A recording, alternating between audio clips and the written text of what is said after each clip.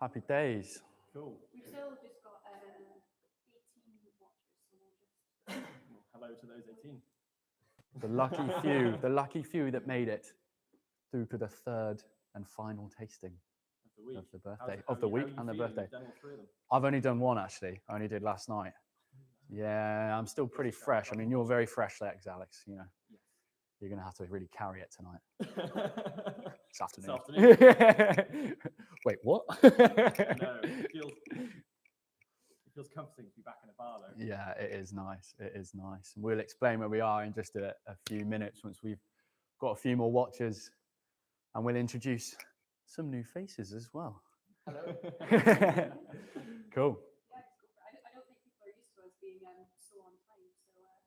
So We are so punctual. We're so punctual. Cool.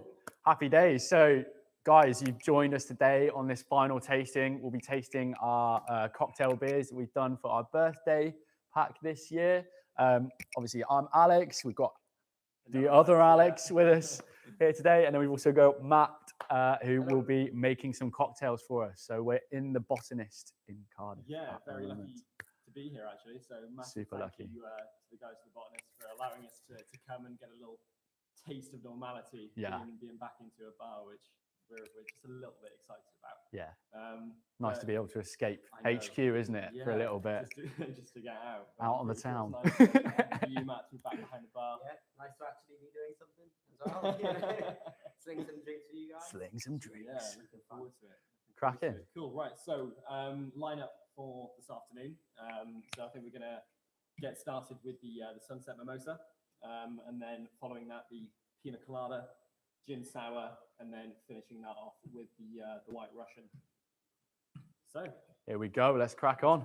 Let's crack on. Cool. So while we're doing this, we just think we're going to have a few beers. Matt's going to make the corresponding cocktails for us there as well. Sweet. So yeah. Cool. Right. So mimosa, classic drink, especially things like Christmas morning for everyone. Sparkling wine and orange juice. So nothing too difficult to make. Nice and simple, but super tasty and refreshing. And that's exactly why we're starting on this one. It's that kind of, that breakfast drink, gets you up, gets you ready. Aperitif sort of thing. I know. Help you guys today as well. Yeah. Freshen up. Absolutely. Oh man, that nose is so good. I was going to say you just get orange straight away on that nose there as well, but you get just a sort of a slight sort of like wine quality to it as well. That's my favourite part about this.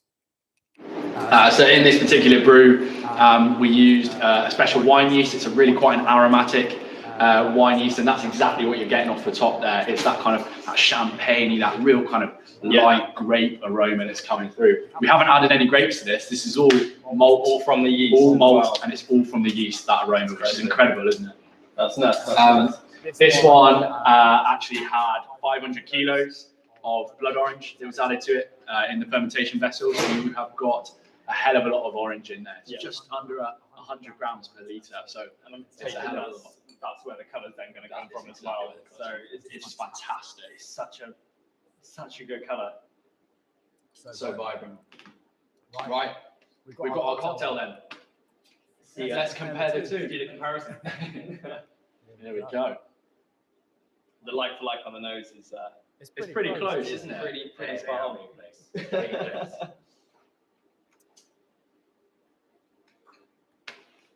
Which one do you prefer? Obviously, like the mimosa itself is a lot fresher, but it doesn't take away from the freshness of this beer. I mean, obviously, with it being a beer, it's going to be a little bit sort of richer and fuller. But I'm assuming that's just sort of from the malts and. I think for me, the main difference between the two here is that this fresh mimosa, it's really got that kind of acidity which is getting through. On ours, you get more of a dryness instead. It's far less acidic. You've got that beery base going on in the background, which is really cool. But it's amazing to try the two up against each other. I know. You know what? This is going to be a first for me. I mean, I've had some of these beers, since first release, and then trying them with the cocktails. I think it's going to be quite a cool comparison. Yeah, it's awesome. But yeah, I think it's going to be a fun afternoon. Obviously, we started off by going, okay, guys, we want to produce these cocktail beers ready for our birthday so that you guys can drink them. And so we had to go out and we had to make these cocktails, and none of us really make cocktails, you know, so it's really nice to actually have some proper cocktails made for us here at the Botanist. Absolutely. So yeah, it's really, really good. I mean, you know, when we were doing that proof of concept, it was really important that we did try making them and make sure that we actually are nailing those flavors and making sure that we are trying to hit that sort of classic cocktail. Yeah. So what was the thought process in behind the beers that we've actually selected? Because obviously the amount of cocktails. Yeah, I mean, we could have gone on forever. Yeah. I think we wanted something that was just really, really classic, but it would stand out. It's not the sort of thing that you get in your Wetherspoons. We wanted something that actually was, really kind of interesting. It's not your everyday, sex on the beach kind of stuff. We wanted something that is going to be a little bit different. We wanted that point of difference in there. Absolutely. I think the range that we've gone for. And I think that the imagery on the cans as well just sort of has that touch of class that you'd want from a cocktail bar, hence why we find ourselves in a place like this today. I mean, if you didn't know this was beer, would you think it was an RTD cocktail? Do you know what? It looks exactly like an RTD. It's amazing. And Over your head, it looks exactly like that. Yeah, absolutely. But yeah, I mean, you're going to sort of find that effervescence anyway from the little champagne or whatever you're using. But yeah, try them in between the two. What do you guys think? We've got any questions come through so far? Yeah, so can you talk to us a bit about the yeast that you use in this one to create those bubbles? Yes. So in this one, we used a yeast called Lalvin ICD. And again, it's that aromatic wine yeast. It's mainly a white wine yeast. And what it's done is it's fermented that down until it's a really, really dry base. There's hardly any sugar left in there at all. Hence why it's got that kind of drying feeling in your mouth there. The other thing that we did to kind of accentuate that sort of character was we added some AMG, which we spoke about yesterday. We used that in the cherry cream soda as well. And that's basically an exogenous enzyme. And what it does is it breaks down all of those long chain dextrin sugars into shorter chain sugars that are really, really fermentable. And that yeast just laps up those sugars. So it's ended up really, really, really dry and really winey. Yeah. So when you're saying that it sort of breaks on that thing, do you find that then the fermentation happens quicker? Yeah, definitely. So there's a couple of ways that you can add that AMG, which stands for amyloglucosidase for all of you nerds. I know Mark is watching. He'll be making sure that my knowledge is up in the box. So you can add that in multiple different ways. We can add it in the fermentation vessel, or we can add it in the mash tun. We actually did it both because we wanted to make sure that we really got it as dry as we could possibly get it. Make sure that fermentation had arrested at the end, So yeah, that's pretty cool. Comparing those colours, how did you get that colour to kind of match what the real deal looked like? How did you get that colour? I think, well, they're pretty spot on. I mean, obviously it's darker, but I'm assuming that's just coming from the amount of juice that we use. It really is. As we were saying, 500 kilos of blood orange went into that, and that's exactly where the colour's from. So it's a slightly darker orange than this regular kind of orange-based mimosa that we've got here. It's not blood red. That would have been maybe a little bit too frightening for a mimosa, but it has got that real kind of orange hue to it, that accentuated contrast that's going on. It's really, really cool. So with it being that little bit darker, would that be down to some of the malts that you would have used in there as well, or was it mainly just down to the orange? So the malt base that we used in that was really, really simple. So we just used our regular extra pale and a bit of clarified wheat in there for some head retention. Apart from that, it was super simple, and really we wanted the yeast and that blood orange that went into it to kind of sing. We didn't want to play too much in terms of hopping it too heavily. We did add a little bit of Amarillo Cryo in there, but only 5 kilos, so it's just enough to make you think, okay, this is definitely a beer, but it's not just a beer, is it? It's that classic cocktail. So in terms of the hop profile that you used, would any of those hops lend itself to flavour matching into this beer? Like, do you get any sort of orangey notes from the hops that we would use? Definitely. So Amarillo Cryo again. We're really liking using cryo at the moment. We're really experimenting with it, and it's that kind of lupulin concentrated powder instead of just your regular T90 pellet, which is 90% of that hop. That really gives that intense character, that intense hop aroma, and specifically with Amarillo, you get that sort of dank, juicy, bitter orange peel going on. So we wanted that to sort of balance it. We didn't want it to come across as something that was sweet. as I said, you know, we want it to be dry, to have that wine-like characteristic and have that real accentuated orange kind of. Yeah, it's mad that you mention it. You know, as soon as someone mentions the flavour, you can like instantly sort of find it within the beer. You get that peel, that pith, that kind It is of pithy, isn't dryness. Yeah, it really pithy. It is pithy. Is this on your menu normally? This drink? The mimosa. Yeah. No, we can make them though. So if anyone ever orders them, we make those classic drinks. If anyone ever wants anything, it's easy for our bartenders to smash it out. You know, we ask for some pretty crazy stuff sometimes, but I think most places will make you a mimosa with no issue. It takes a bit of training then to do on and off menu Yeah, cocktails. yeah. The guys spend a lot of time learning in their own time as well, and do a lot of research. So I know that we've got like a master of beer program as well, Nice. where everyone like really gets to know all about the production of beer and different characteristics of them. So That's awesome. yeah, really cool. What's the weirdest cocktail you've been asked to make? I actually used to work for Royal Caribbean, and I got asked to make a drink called Colorado Bulldog. Okay. So it's like later on we're making a White Russian, but it's a White Russian mixed with Black Russian, so it's the top of Coca-Cola. Oh, wow. It's almost like a cream and soda flavour. It's All we're doing here is just trying to get some new beer ideas. Yeah, literally. I'll have a big think about that. I'll have a big think. I can shoot you over to Yeah, this. sweet. Yeah, that's great. How do you feel about the crossover or the connection that we're trying to make between beer and cocktails? Do you think It's awesome. It's a concept I've never seen before, actually. So you know, I think it's great to do different stuff. And I actually got to try these drinks earlier, so you know, it was amazing what you can find out. Like the gin sour, especially, that we'll touch on later. Yeah, I've got it's fine. 2 different drinks, so we'll go over them as well.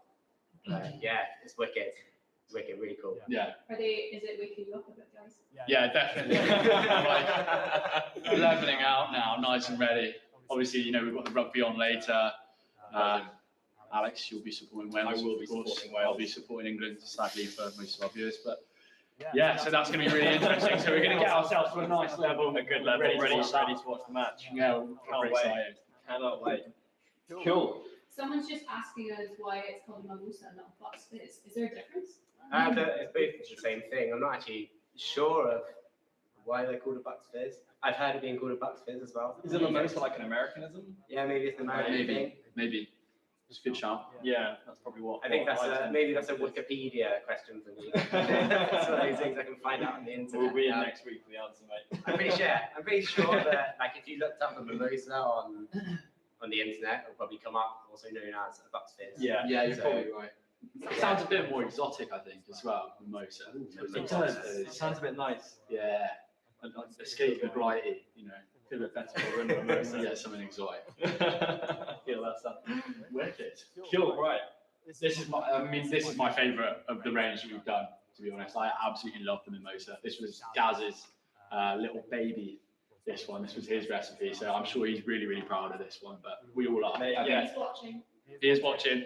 Shout out to Gaz. Shout out to the whole team that's watching, you know, everyone in the brew team, cellar team, packaging department, and the guys upstairs in the office who've designed the cans, you know, designed that whole process for us. Yeah, it's You know, everyone's put in a hell of a lot of work for these. it's been an intense few months. Yeah. I mean, so when did we sort of start the initial sort of process when we began brewing and bits and pieces on your side? I think was it back in December? Yeah, December for the brewing, but in terms of like the design, you know, we were looking all the way back in kind of October time, you know, is when we started designing things. November, we were bringing in samples, different kinds of, you know, for the mimosa specifically, different kinds of orange peels were being brought in, different kinds of orange concentrates and everything, you know. We wanted to make sure that A lot of R&D. they were going to be perfect. We love our birthday drops every single year. We always bring it. So, you know, look out for next year. Our 10th I know. birthday next year. I think we're gonna have to go big. I We're know. gonna have to go bold, even bigger. I mean, than how are what you we going to just did. outdo this? I know. I was just thinking. I know Yeah. Gaz touched upon it the other day. Up to 28 beers. Cool. I mean, I'm not brewing. Sorry, Gaz. Sorry, Gaz. Happy days. I'm absolutely loving this. This is like just my favourite. I love orange. It's like my favourite fruit. So I'm just in heaven right now. I know. Do you know what? I don't have clear favourite out of the lot. I'm pretty sure I'll make my mind Up as we go along. go along. But I mean, the Sunset Mimosa is a pretty strong start. It's a strong candidate. Strong candidate. Have we got any other comments on the mimosa? People just loving the blood orange. It's good, isn't A it? little bit of sharpness Yeah. from there. Does anyone have any favourites Uh, at the moment as well? Not yet. Not yet. Just it's banging. Banging. Definitely agree with you. Ace. Well, let's move on to the next cocktail then, or next beer, as it were. So the next one for us is going to be our Pina colada. Oh, it's a bit of a strong one, this one. So we're pushing the boat out. Yeah, 7 points, that's 7.2. He's a big boy. He's a big boy. Awesome. The aroma on this is just incredible. Yeah, Just incredible. yeah. Cool, Matt. Pina coladas. Think of a beach. You know, when you're on holiday, that's the best way to describe the flavour, really. Coconut, pineapple, a little bit of citrus to balance it out, and all the rum. So nice and simple to make. Very tropical. A little bit of cream as well, just to add some texture to the drink, give a good mouthfeel to it. So crack this on. Amazing, cool. I mean, like the first sort of on the nose, just straight away pineapple, followed by It is lovely intense, fresh isn't it? coconut. It is intense. Like, I mean, everything that Matt has just described, you just get it straight on the nose. Shout out to one of our brewers, Ollie. This is again, it's his baby, the Pina colada here, and we were tasting this every single day when it was in tank. I mean, we do that anyway with the beers, but a lot of attention was paid to the Pina colada in terms of trying to extract some of that hot character, get as much coconut out of it as we possibly could. That was really important to us. Yeah. Coconut is it can be a really subtle flavour. Especially when you've got a high hopping rate going on in there, and you've got all of that pineapple too. We wanted to make sure that we actually got that coconut and it wasn't completely overpowered by the pineapple. So that was a real challenge. Yeah, I'm pretty sure like sort of balancing the many different aspects of this drink sort of going in, it must be a pretty fine science to get it absolutely. Yeah, it was pretty tough. It was pretty tough. Probably the most difficult, other than the White Russian, in terms of the brewing. This was almost 50% adjunct, so we had rice, oats, and wheat going into this one, which made it really tricky to run off. It makes that mash really thick and viscous. So your runoff is really slow. Yeah. But yeah, the guys laboured away and we got it in the tank. We added some pineapple NFC to this one, so that's where you're getting that real kind of strong pineapple fruit taste coming through. We actually added some to the copper this time, which is something we've never done before, so that was quite interesting. So in the coffee, you normally just add in your hops. Yeah, generally we're just adding our hops rather than fruit. But in this one we thought, okay, let's try and add some depth of flavour. Oh, there we go. Thanks, A dude. little bit of fresh Excited. tropical. I feel like I'm on holiday. The sun's come out, and now That's incredible. this is It was impossible to keep talking, and I just saw that and thought, dive straight in. So yeah, on this one, we added that pineapple in at the end of the boiling process. During our whirlpools, we added our hops, a little bit of pineapple in there as well. And we thought that kind of heat might break down the pineapple a bit, give an almost kind of cooked pineapple kind of flavour, just so you have a sort of like depth candy character to it. caramel. Yeah, Yeah. exactly. So we're super happy. So we had Sabro and a bit of Brew One in this for the hops. That Sabro brings all of that coconut, and then that Brew One is bringing some of that pineapple characteristic as well. Let's dive into this cocktail. Let's have a little look. I mean, I've just tasted the two now, and the comparison between the two, it's super similar. I'm just blown away by the flavours that you've managed to get into. It's crazy, isn't it? Yeah, I It's think crazy. what's kind of mad is the body. Yeah. Like comparison between the two, like this is quite a viscous sort of It's a big boy. thick beer. boy. And then obviously that sort of then lends itself to the cream, but I'm assuming you've chosen the style of this as this being a dipper. Yeah, exactly. We wanted that sweetness and that body to kind of give that creaminess. Yeah. Get that across to you guys.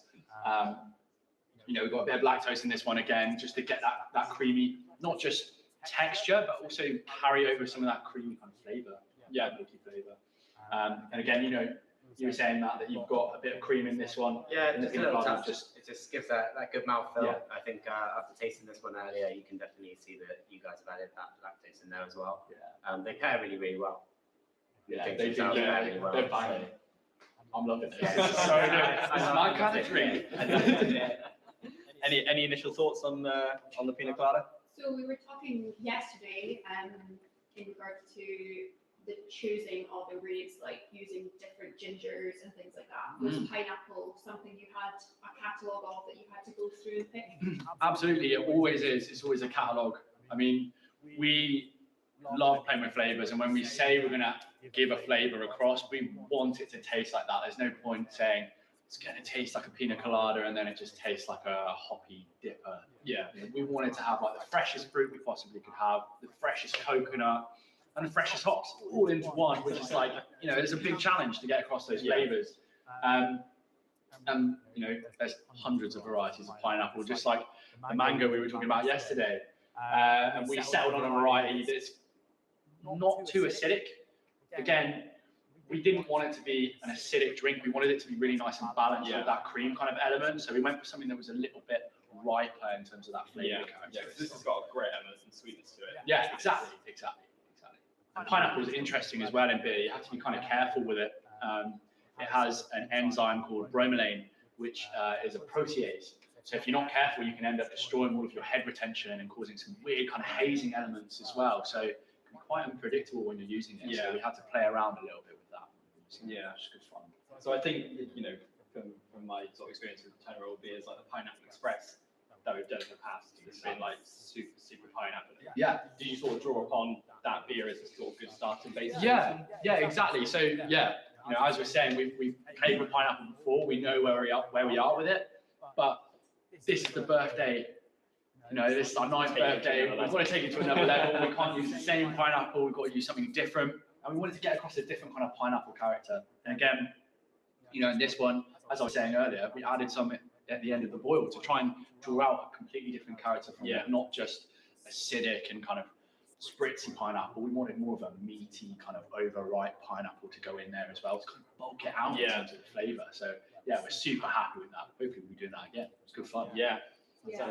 I'm so sorry, Matt, we didn't give you some cans to try. It seems really harsh that we've not done that. So if you want to grab some of those Is he allowed to drink on the job? Is it frowned upon? Yeah. Yes, we are. Pour yourself away. I mean, it just goes to show who's not in hospitality. Yeah. I know, maybe that's all. Take takes from you guys. I just drink it on the side. No, It's too much. I don't want to over pour everything for you and you know, make you more hungover than you were today.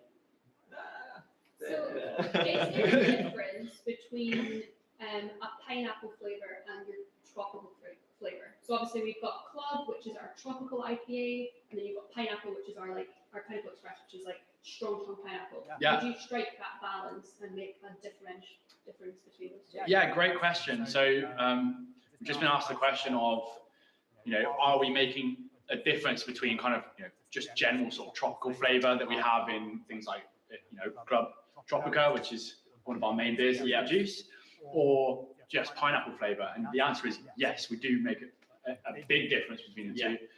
You know, in this, again, it sounds really dull, but it is just pineapple. In things like Club Tropica, you've got passion fruit in there, you've got mango in there, you've got pineapple. It's such a great. There's a hell of a lot going on, and that's why you guys love it. So I'm gonna drop it like we did last. It's super complex. There's a lot going on. It's fruit salad in a glass. That's exactly what it is. I think party in a can is what Party in a can, is what is on the back. Yeah. I mean, like that beer is really cool. But I think from the experience of using these different fruits and bits and pieces, it's easy for us to sort of accentuate those flavors and then play around with ones to achieve, you know, a drink like this, which is complex in its own right. No, it's awesome, isn't it? What do you think about the coconut in this one, Al? Do you think there could be more coconut, less coconut? Do you think it strikes a good balance? I think for me, for someone who is a massive fan of coconut, I think it's a really good balance. Nice. I mean, I normally turn my nose up at most sort of coconutty things. I think Matt smashed it with pina colada. It's It's not nice. sort of too much in there for me, and it really well like integrated into both drinks.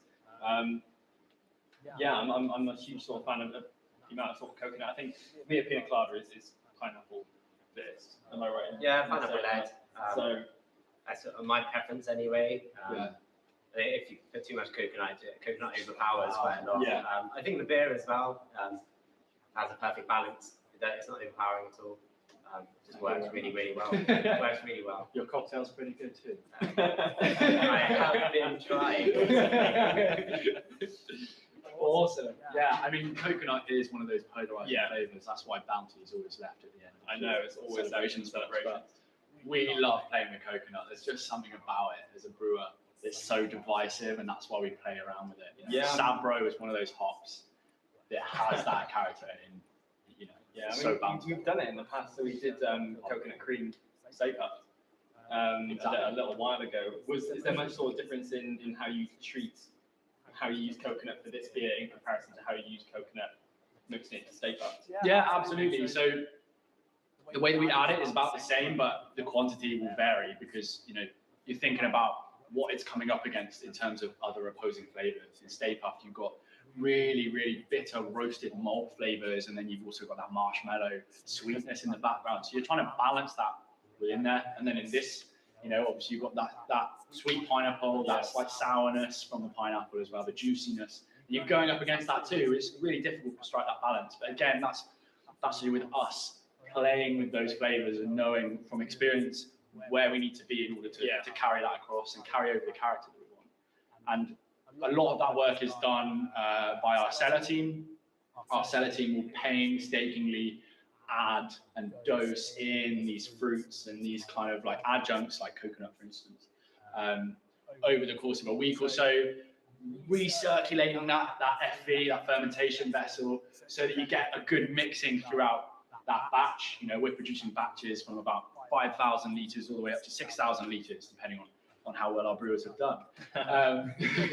They always do great. So it's really important to make sure that it tastes like that the whole way through that fermentation vessel. Yeah. Because what can happen is you get a separation of flavour going on, especially with beers like this. It's really important to make sure it's homogeneous throughout.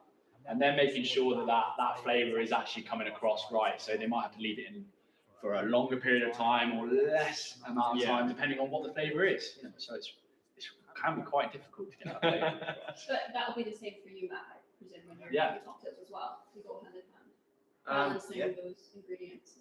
Yeah, I think it's just finding the balance between them all, isn't it? I think that's the same with food as well. Just making sure you have that perfect harmony going on. You don't want to have like an overpowering flavour for anything. Yeah. Absolutely. You can always add salt, but you can't take it away. Yeah, that's it. So I'm guilty of that. So for you guys, when you're designing your cocktails, how do you kind of go about that? Are you sticking to just classics, or are you going for some crazy kind of like? So we've takes on. We're lucky here that we've got some like really sick bartenders in this company. Yeah. So Dom's one of the guys who's like a cocktail wizard.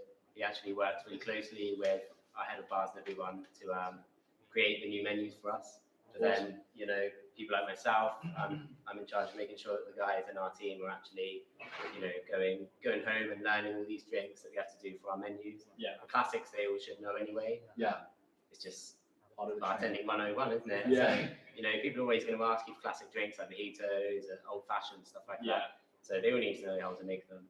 But I think if you're creating a new menu, and it's just finding a balance of having a variety of different styles of drinks all throughout the menu, and just making sure the drinks actually balance themselves, and just make sure that you fine tune everything. So, I think that kind of links So to- similar to what we do. Exactly. So I was going to say it links back to why you look at our core range. Yeah. There's so many beers within our core range because everyone's palate's different. Everyone likes something else. I mean, if we just produced, Club, for instance, not everyone likes Club. I hate to say it, but I know.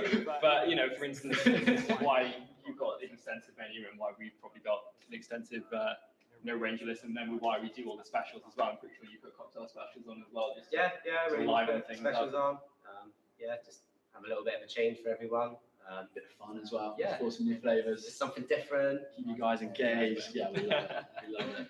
Someone's just asking what the testing process is, if we have like a test kit before we put the beer in a can. We would love a test kit. We would love a test kit. It'd be so much fun. But we don't have a test kit. We only have our brew kit. We actually have 2 brew kits, which allows us to brew in tandem, which gives us flexibility in terms of our actual brew schedule. So we're able to brew, the core beers that you like Club Tropica, Kutch, Cali. All of those guys can go on in the background whilst we play around with some specials. But we really do have to nail it in terms of that brief. We say we're going to give across a flavor, Pina colada, for instance. We don't get to trial that. We have to make sure that on the day it's absolutely perfect. And so, it's high risk, but it pays off more often than not. I was going to say risk and reward. Risk and reward, it. But again, we do make mistakes. We learn from them. There's been times in the past where we've produced things and we've gone, do you know what, that's just not up to our kind of quality standards. And sadly, we have to get rid of those, get rid of those bits. It's just Painful to see. and it's horrible. Yeah, it's horrible to see. But it's all part of that research and development process. Absolutely. And we're really, really lucky. We've got a wealth of experience in terms of our team. We've got people who have come from a number of different breweries and come into us. They've got loads of kind of background knowledge in other areas as well. And so when you put all of that experience together and the experience that we've all gained at Tiny Rebel, we kind of know where we stand. Yeah. And I think that really gives us a good edge in terms of some of the crazy beers we produce. We're producing beers that no one else in the UK are producing. Yeah. Which is really, really fun. So It's a cool part of business. It is It's cool. a really, It really is cool cool. part of business. Cool. Sweet. What's everyone's thoughts on Pina colada? Yeah, they're loving it. It's just the nose, the smell. It's insane, isn't it? It's intense, isn't it? Really intense. I love coconut. Yeah. So do you find like with that intensity on the nose, would that sort of lend itself to like the ABV? So I kind of find like the stronger the beer, the more intense the flavors. Oh yeah. But again, the challenge there is that you don't want that booze character, that genuine kind of alcohol character to overpower all of those lovely delicate flavors. Yeah. Like coconut, for instance, it's really delicate. I know we're saying it can be quite overpowering because it can be quite perfumey, but at the same time it has like really delicate nuances that you want to keep in there, and that would be very easily overpowered by a really boozy kind of beer. So it's really nicely rounded, this one. And again, that's down to the love and attention that's been given by our cellar team in terms of making sure that they kind of nurture that beer through the fermentation process and make sure that it does taste how we've kind of set out to taste. And yeah, that's a really tough job. It's really, Yeah. Sweet. Happy days. Should we move on to the next Yeah, bit? so- I've really enjoyed that one. I'm just loving that. We just Best cocktail, yeah? Yeah, Very good. Pina colada beer. Yeah. I think we're quite explored right now that we're having professional cocktails I know. for us on a Saturday afternoon. It's Perfect. I don't let this go to waste. Delicious. All right, what are we having next now? We are going to move on to the gin sour. So I think we were having this conversation just before, we went live. So myself, Alex, and Matt on. You've got this beer being a gin sour, being the style, derivative of a gin and tonic. But in the cocktail world, you also then have a gin sour, which I'm pretty sure Matt's gonna take us through. So with this, we tried it earlier. I think it actually paired really well with both a classic gin sour and a gin and tonic, but we're using Fever Tree lemon tonic. So it's got more of a tart flavour than overpowering bitterness. I think the beer lands almost like perfectly in the middle of the two. So I'll make both of them for you, so you can have both. I'm not going to turn you down. That sounds good. Everyone likes it. I'll start off with the gin sour first. So Perfect. sours are really simple. So it's your base spirit, which is gin in this case, lemon juice, a little bit of sugar just to balance it out, and some bitters. It's really simple to make. I've also got aquafaba in it, which is as you said earlier, posh way of saying chickpea water. So it's vegan friendly. Instead of using egg whites, it gives a better texture to the drink. Cool. So I'll smash this one out really quickly for you, and then we'll make the gin and tonic after you try this and try this. That's so cool. That is so Yeah, cool. I know. Like aquafaba is something like from my very sort of brief periods. I think I worked on cocktail bars for a couple of years. Nowhere near the experience that this guy's got. But it was something that when we discovered it, it was really cool. I mean, it doesn't sound too appetizing when you say chickpea water. But Aquafaba. it's super. Oh, Aquafaba Aquafaba is so drink. much better, yeah. But it's really, really neutral, and it sort of allows that vegan element to the drink as well. But I mean, bringing it back to the beer, on the nose straight away, just citrus. That's Yeah. what you want from a gin and tonic or a gin sour is just that super light citrus element to it. Mhm. I think that's sort of the main bit that you get from it. This was really tough, actually. In terms of like the research and development process, this was probably one of the toughest that we had to play with, because we were constantly thinking about, okay, what does gin mean to us? What do we like in our gins? Yeah. You know, we already have 3 different gins we make. You know, we've got our Kush gin, we've got our second gin, and our club gin. And we were sort of thinking along the lines of, okay, which one of the 3 do we go down the route of? I think we all kind of decided along that classic, the Kush gin. Yeah. It's the classic. Classic lemon dry style, can't go wrong, no nonsense gin. Exactly. Yeah. But we wanted to give it a slight edge and increase that kind of citrus, and that's what we did. We didn't want to overcomplicate it. We didn't want it to be grassy. We didn't want it to be too tropical. We wanted it to be straight down the middle and then have that nice citrus edge to it, which would go really nicely with the sour, you know, that sour element that we wanted. Yeah, yeah. So I find like, especially with like sour beers, citrus and sours go like hand in hand is like a perfect marriage between the two. Because you know, you bite into a lemon, it's sour. You bite into a lime, it's sour. So obviously, it sort of like lends itself really, really well to the style. I mean, like I know that we've tried some more quirky ones, you know, like rhubarb and custard, for instance. Yeah, yeah. But rhubarb itself is tart, and so it sort of lends itself pretty well to it. So I guess the question you guys will have in your heads right now is, how did you get those flavors into the beer? Good question. So the way that we did that is on the boil, we added some juniper, which is obviously that characteristic element of gin. You know, the root word gin comes from ginjava, which is, you know, Dutch for juniper. And there you go. So we had to have juniper in there, otherwise it couldn't be a gin beer. So we added that juniper in on the boil to really extract some of those oils there. And then we also added some cardamom, which gives like an interesting kind of grassy green citrus element, which just gives another level to it. Yeah. And then later, at the end of the fermentation process, we added some lemon and some lime, NFC. So that's like a concentrated fruit, and it's just so intense. Pretty sour. That's where a lot of that sourness has come from. We also added a little bit of lactic acid in there as well, some citric acid too, to try and bring that pH down, to give you that sourness. We didn't want it to be too sour. We wanted it to be balanced. And a lot of that balance is coming from maltodextrin, which is an exogenous sugar that we've added on that boiling process, similar to lactose, but all you lactose intolerant people, it means that you can survive the afternoon. We're looking forward to that white Russian later. Yay. But yeah, you know, it's safe for us to drink. It's also, you know, vegan friendly, which is another plus. And it adds that kind of sweetness, which we'll be trying in our sour in a second. Yeah. So I'm just thinking. So you mentioned that you add in XYZ into the beer. You know, you got your acids, you got your lime, concentrate which is going in there. But am I right in saying like normally with sours you sell them for a few days, just to sort of allow that flavour to exacerbate throughout it? And Yeah. So you know, with all of the beers, generally we're looking for about 4 to 6 kind of days in terms of fermentation, and then we'll sell her for an extended period. You know, often on these special beers, that extended period will be 7 all the way up to 10, kind of 12 days, just to get those flavors and get those extracted properly. Make sure the fermentation is completely finished. The last thing we want is cans exploding in your hands. We want you guys to be safe and to enjoy the drinks. So we're adding things like that lime NFC and that lemon NFC. We added 400 kilos to this one, so it's a hell of a lot of real fruit that's gone into that, which is really important to us.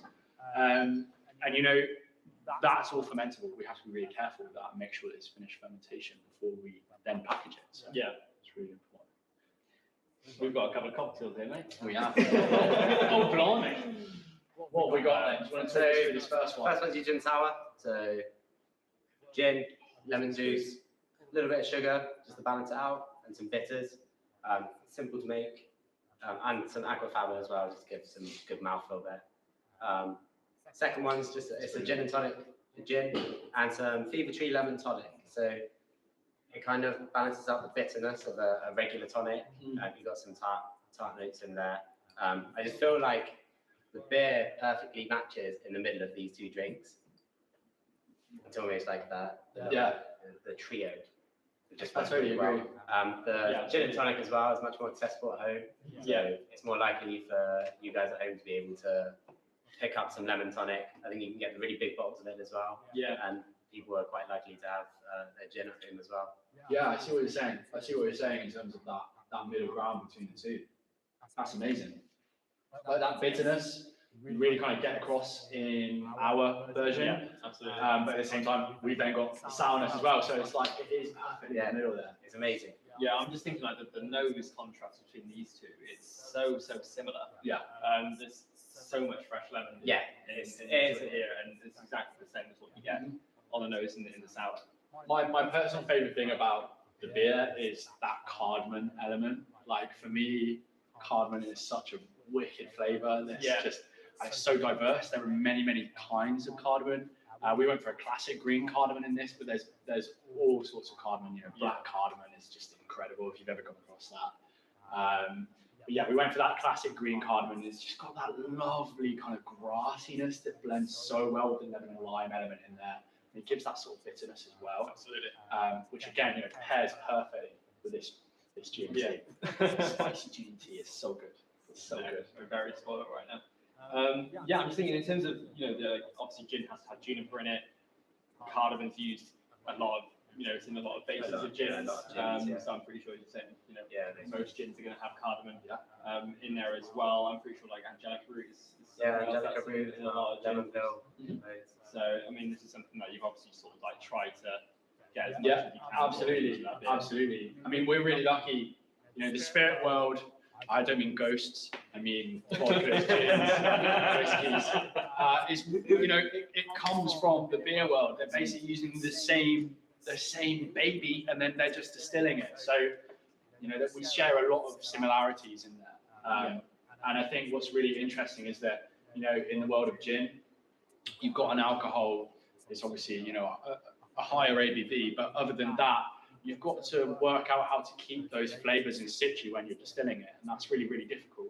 So one of the ways they bind those flavors to the actual alcohol itself is with things like orris root and like angelica root, which is what Alex is talking about. As brewers, we're super lucky. We've got lots of suspended solids in here. So we've got things like yeast, we've got proteins in there as well, and those flavors automatically lash themselves to those molecular components, so those proteins and those yeast cells. And it means that we're able to keep those flavors in situ without them just evaporating. So you're talking about suspension, saying, in that beer you do have real lemon, real lime. Yeah. Is it quite difficult with the amount of like fruit that is going into the beers that we're drinking today? Is it difficult to make sure those are like equally suspended? I don't know if I'm using the right word. Yeah, no, absolutely. I totally agree. Yeah, because I think for a brewer, everything you do is about balance. The same for a mixologist. You're looking for balance in your cocktail, just the same as you are in your beer. You never want something to be too spiky in terms of the flavor. You don't want it to really. Obviously, you want it to punch you in the face. You want it to be really out there, and especially with us, we say we want a flavor, we want to carry it across, but you still want balance there. You want that drinkability, because at the end of the day, we want you guys to buy our products. We want you guys to buy it not once but twice, and then again and again and again. So we want it to be drinkable. We don't want you to drink it and go, "That was really cool, but yeah, I'm okay, thanks." And it's the same for you guys. And all of that is down to the balance. Absolutely. Do you have a favorite cocktail? Sorry, Matt. Do I have a favorite cocktail? I'm drinking a lot of beer at the moment, so you guys haven't been helping me with my drinking beer. You can't go wrong in the sun with a pina colada. You just can't go wrong. But I don't know, a favorite. I really like sweet Manhattans. Yeah, really big fan of the sweet Manhattan. Like I love bourbon. I don't like dry Manhattans. They can just get in the sea. There's something wrong with that, right? They shouldn't exist. It's all about swinging my hand. But I don't know, yeah, I can't agree more. I mean, like cocktail preference for me, I think mood definitely depicts a lot of it. changes, yeah. Always up for a Negroni, on the other hand. Yes. though. Yes. Always up for a Negroni. Oh, we wanted the Negroni so bad for this. Yeah, I mean, that would have been ace. But, I mean, it's not off the table. Next So- birthday, next birthday. If you're listening, Brad and Gaz, Yeah. Negroni, love Negroni. Yeah, I mean, I kind of like to keep it simple for myself with cocktails. I kind of like, so most cocktails are like a 2.5 recipe. Yeah, so 3 ingredients. Yeah. I think is like the rule that everyone seems to be going by now. A lot of the, renowned bars, especially in the UK, have gone for a more simplistic menu than perhaps they would have before. So I don't know. I keep it simple. You can't go wrong if you're not adding loads and loads of ingredients in. It's just less ingredients, but just making sure that everything just works together in harmony. Absolutely. Tricky question, Matt. Why do you think that is? Why do you think you guys are going for simpler kind of? I think you just overcomplicate something, can't you? And the more you put it in, the easier it is to actually destroy something that's already got a great foundation there. Just my little opinion. I think we can probably follow that up. I'm finding, a lot of bartenders are going to be purists. In that, you've got your spirits and you don't want to mess around too much because, if, for instance, we make a beer, we're super proud of it, we've worked super hard on it. Same with the spirit, the distillers are going to work the same, and then to see it sort of get lost, I suppose, in between sort of all these other ingredients that are going to go into a cocktail. This is kind of why. I totally agree. I'm a little bit of a purist. Like, I'm more than happy to drink sort of like neat gin over ice or something like that to sort of Neat gin. Well, I say neat gin over ice. No, but so you're going to sort of get where I come from in terms of drinking the spirit as a spirit, and then sort of enjoying the flavors that come out of it. Yeah. It's just let it sing, shouldn't you? I think Exactly. it's, like I love Buffalo Trace. So I'm always gonna give Buffalo Trace. It's slightly spicier than a lot of other bourbons, but I don't want to completely mask the flavor of that whiskey that someone's tried so hard to make consistent and perfect. Yeah. It just seems counterproductive to add loads and loads of stuff in to completely ruin it. It's just simplicity is the way to go now. It is the way to go. So I think on that note, this beer really resonates with that. We're trying to get across that gin flavor. We're trying to get across that sour flavor. And when we were thinking about that gin, like I was saying earlier, there's really, kind of 4 key ingredients to that we tried to nail, and that was the juniper, one, the most important one. You've got that cardamom there too, and then you've got the lemon and the lime for that citrus element. Yeah, that's literally it. That's all we wanted. We could have gone. You get some gins which have got 100 botanicals in there, which is just crazy. How are you going to pick out all of these kind of floral, these bitter components? You can't. They're far too complex, and so that's exactly what we tried to get across. That simplicity, which I think has been nailed in these cocktails as well. This G&T. Absolutely perfect. You get that simple gin characteristic through, that lovely bitter lemon as well. Simple, perfect. It's just what you want. Going on from simplicities, people are asking about the design on the cans. So can you, Alex, maybe talk us through why? Wait, hang on. We just said, sorry, Alex Smith, why? So I think like the idea behind the simplicity of these cans is something which we're not really used to, I suppose, as a brewery. I mean, a lot of beers that we do tend to be a little bit off the wall as well as our designs. I mean, like massive shout out to Taz, who does a lot of our designs. We're super fortunate to have here on board and be part of our team. She's insane, absolutely incredible. But I think we kind of wanted to let the beers be like the sort of the forefront of what we wanted to portray with these ones. Hence why the cans are a little sort of stripped back, and it's a sort of aesthetic which we've not really gone for before. It's really different, isn't it? It's really different, and it's not our sort of usual style. But I think for us, I mean, it looks a little bit more classy, I suppose. Ties that into a classy establishment, really classy cocktail bars, and then you've got a classy beer can design, and then we've got a classy beer inside it as well, which is kind of where I think that the simplicity has resonated from. It's just sort of had a bit of a knock-on effect. What was I think they're wicked. I love it. It's a complete contrast to your other cans. Like, if I put an electric boogaloo next one. Yeah, Same exactly. colour. Yeah, I think it's really cool. It goes back to what we were saying before. It's always just letting the beer sing, as opposed to being like, look what this is. It's yeah. Yeah, and I think it's sort of a good sort of visual comparison to sort of how diverse what we do is, I suppose. You know, the beers that are super sort of diverse in styles and characteristics, and then now we're sort of translating that into the imagery that's portrayed. Sweet, right. Oh man. Same. No, I'm just really enjoying this. I'm like, the fact that we've got 3 things here is, it's like a lot to take in because they're all really like punchy flavors. I'm just really enjoying it. I think it's amazing. This is such a unique experience. Yeah. You know, hopefully when bars open up again, you guys will be able to experience this. We're really fortunate right now to be able to have that human interaction, as well as lovely cocktails and lovely beers. It's awesome. Like, it's really, really special. Yeah, definitely. Most definitely. Can't thank you guys enough. Again, more than welcome. You support your local. Yeah, absolutely. Right. We moved on to the White Russian. Yeah, before we move on, favorite of the 2. The 2 cocktails. Yeah. I mean, I should keep going back to the G&T.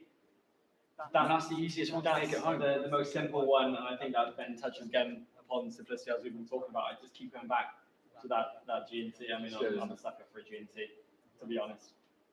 Who is it? Yeah, exactly. How about you? Yeah, no, I totally agree. The G&T is probably my favourite out of the 2. I really like the bitterness that it's got. Yeah. And, I really like how that's kind of echoed in ours as well. It's got that like grassy element, and it's got that juniper, that woody kind of element as well. It's lovely. It's such a good balance between the 2. Awesome. Yeah. Nice. Like I said before, I think it's almost like slap bang in the middle. I think just because of the bitter notes, maybe it would pair slightly better with the G&T.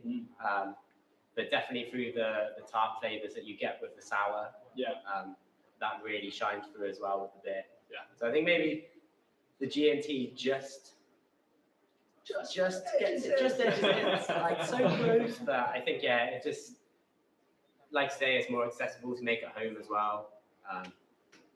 The G&T for me, I think just does it all round. I think it's slightly closer. Yeah. Amazing. Right, let's hit that next one. I know you don't want to move on because you're enjoying them so much. Yeah, really. No, Sorry.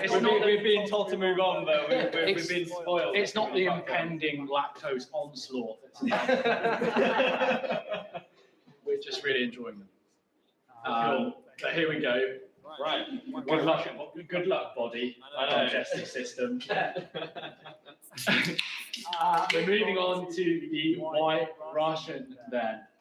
For those of you who haven't yet poured it into your glass, if you were to just open this can and taste it, you would not know that this was a blonde beer. You wouldn't know. Do you know what? It's the colour first thing. So when we first tried it, so I mean, one of the perks of working in a brewery is you get to sample a lot of these things before they get sent out, and we got brought this beer up into the office for us to sample.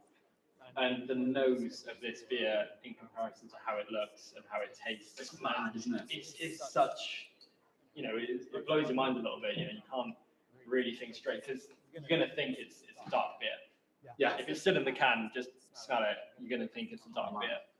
It's a I found that bizarre. Right? yeah. It's I couldn't get over it. It's that classic kind of like white stout sort of style. We've called this a coffee cream ale, and I think that sits a little bit better in terms of where we're at flavor-wise, but it really does come from that kind of white stout style, which is basically, your pale malts going in there, and then your coffee, which is adding that sort of roasted, earthy, big, dark malt character.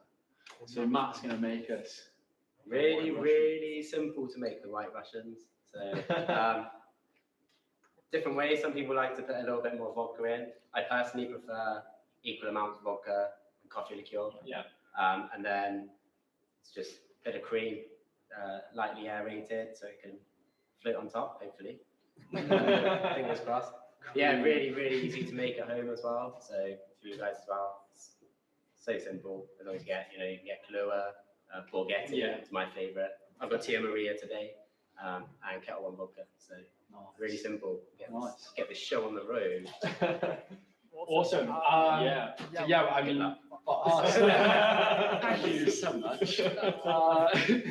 I think for us, in terms of the production team, really a lot of the flavour in this one is coming down to that coffee. Yeah, we chose a ruby red coffee from Coffee Extract, and shout out to Ollie from Coffee Extract for getting that to us. And we used about 10 kilos of those ruby red coffee beans in there. We didn't want something that was too heavily roasted. We actually wanted something that was more of a subtle kind of coffee flavour, more earth forward. Yeah, because we felt that would play nicer with the kind of classic sort of Kahlua, Tia Maria sort of coffee liqueurs that you guys will put with a White Russian. We wanted that to taste and smell exactly like that. Yeah, I think it does. What do you think? Absolutely, I can't agree more. I mean, it's just weird to see a beer which is this sort of colour. I mean, I know we keep going back to it, but to have that flavour and that smell to it as well. But I'm sort of interested to find, so which sort of part of the brewing process did you add the coffee beans to? Because I know, like, when we've done sort of more chocolatey beers, we've added cacao nibs into the mash. Yes. Yes. We may have rebrewed one of our favourites recently. I don't know if I'm allowed to say this or not, but at one point we brewed a beer with nibs in the mash, and you guys may or may not know, depending on whether you've seen our other virtual tastings, what that beer is. I will not give you any more clues. But should you sift through all of our Facebook Live videos, you will find out what I'm talking about. But yes, we've played with chocolate in the mash before, cacao nibs specifically. Coffee, I would love to play with coffee in the mash.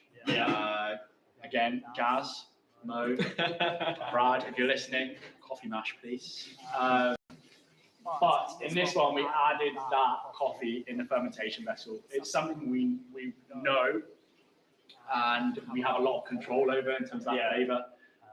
We add it in little muslin bags so that we're able to control it and pull it out when that flavour is perfect for us. And again, that's all down to the cellar team, making sure that that flavour is extracted correctly. But again, we know that process. We know we've got good control. And we can get a good earthy kind of roasty character through from that, which I think we've done really well.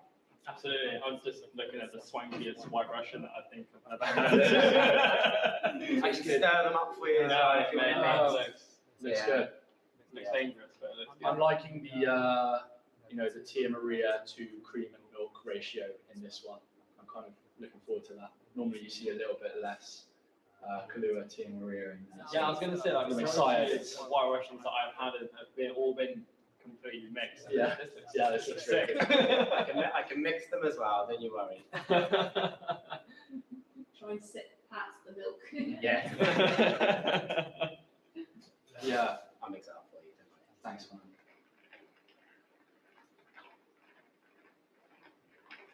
I mean, the flavour comparison between the two, super rich coffee in both of those. Yeah. Which, again, like how you've achieved that in this beer is really cool. That it's just coffee beans itself, just left to integrate into into the beer itself. What about the body? How are we getting that? The body was huge in this one for us. So, one of the things we wanted was to kind of reduce the colour. It was something we played with. We really wanted to make a beer that was completely white, just as that White Russian is. It's something that's still in the works. Maybe someday we'll produce something that is pure white, like the floor of Botanist. I know you guys can see it. It's pristine. It's so white. We'd love to do something like that, but we just couldn't this time. When we can, we'll get it out to you guys. But How difficult would that be to achieve? really difficult. Really difficult. Stupid questions since we haven't actually achieved it yet. Very difficult. Yeah. Not a sore spot at all. But we'll get there one day. Yeah, because I didn't realise that's what we were going for. Initially. Yeah, I mean, in terms of like reducing that color, we use things like rice in there, which has got a really low color contribution. Yeah. We've got some wheat in there, and again, we've got oats as well. So we're really kind of trying to increase that body. Some of those. I was unfermented going to say, sugars. have you? Was it a conscious decision? You know, you mentioned rice, saying that it's really neutral in terms of color, but obviously it doesn't add that much depth of body to it. Was it a conscious decision then to use pale malts to then achieve the body sort of? Absolutely. And what's interesting is actually this is a little bit darker than we thought we'd get, and I think maybe we extracted a little bit of color from that coffee, Right. which is quite interesting. A Yeah, little yeah. bit from the oats as well. So maybe we'll try a different oat variety next time. Maybe even a different kind of malt variety, just to try and drag that color down to produce it again. You know, it's all about trying to get it as like low color as possible. I think we did a really good job considering what we've got. But yeah, you just want to see it white. I mean, it would be cool to see. I think again, it probably would have blown a lot of minds. I mean, the color of this has really blown my mind. Just the flavors you get is what you'd expect from a stout or a porter. You know, there's quite a lot of like coffee stouts and porters on the market at the moment, but to have it in a pale is something I've seen. It's really, really cool. I still couldn't get over it from earlier on this afternoon trying them. Like you say, especially on the nose. As soon as I wish I didn't actually pour it into a glass. Yeah, I Because know. would have It's surprising, especially on the nose, almost like a porter, like you say. It's just that massive coffee here. It's just bizarre. How you've managed to get it out like this. Yeah, It's brilliant. Isn't it? I mean, it's the same. So when we get brought these samples up to the office to try, they come up blind. We're not told what it is. You know, nothing to give it away. It's just, does it taste good or not? This is the main sort of focus of what you guys want to achieve from you know your guinea pigs upstairs. So, but it was just mad to see those flavors and those characteristics in you know a pale. I mean, so what do you guys think? Have we got any? People absolutely love it. What's your favorite out of the set? Out of the set, for me, I always go on drinkability. So for me, it's the Sunset Mimosa. I think I'm opposite. I like something that's super punchy in flavour and it's actually going to knock my socks off. And I think it's either going to be this or the Pina colada. Yeah, for me. Fair. I mean, like those. I think probably to put it between the two, the Pina coladas taking it for me, just because you know the complexity of the beer and how many different flavours are in there, and it's just something that I can just keep going back until I realise it's 7.2. Yeah. I'm going to sleep on the sofa. That's not even What more do you think? I think I agree with you, Pina colada.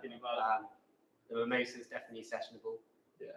I could keep drinking them, but I think I would go towards the Pina colada. I think it's just like so well balanced, and like you say, it's really complex. The higher ABV as well, makes it slightly more punchy. So I like that bold. Yeah. But It is bold. it's brilliant. It's such a nice drink. Amazing, cool. Have you got any questions? What cocktails? So we've obviously said Negroni, but what other cocktails do you think we could match in a beer?